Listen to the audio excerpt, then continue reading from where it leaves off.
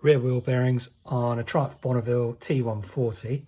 Those are the old ones, taken out from the centre of here.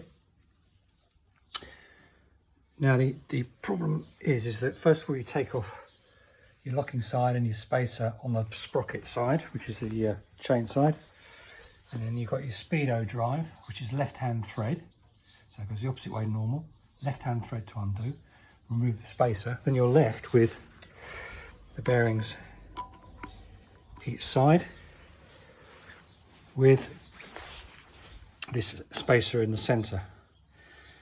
Now the only way you can do it, there is a special tool which you can make up, which is a drift, which goes through the centre of this, picks it up and bangs the bearing out. What you're going to need to do is you're going to put a drift or something through the bearing to the other side and pick up the back of the bearing on the other side to bang it out. So you can go from either side to do that first. I found it easier to do it this side. What happens as well is the centre tube here, when it's on each side of the bearing, you can move it slightly to just get an edge on it to bang it out.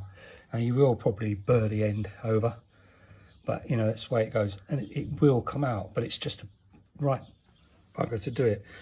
I was watching online that someone was suggesting using these things to go through the centre to pull your bearing out, which is fine, providing you've got a lip on the side of your bearing, which of course you haven't with these. There's no lip, so when you put your thing through there, it's got nothing for it to lock onto, so you can't pull it out using one of those.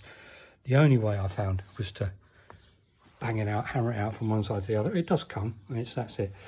When you're putting it all back together, you can throw these away, because these are the back of the grease things. As you see, this one was damaged.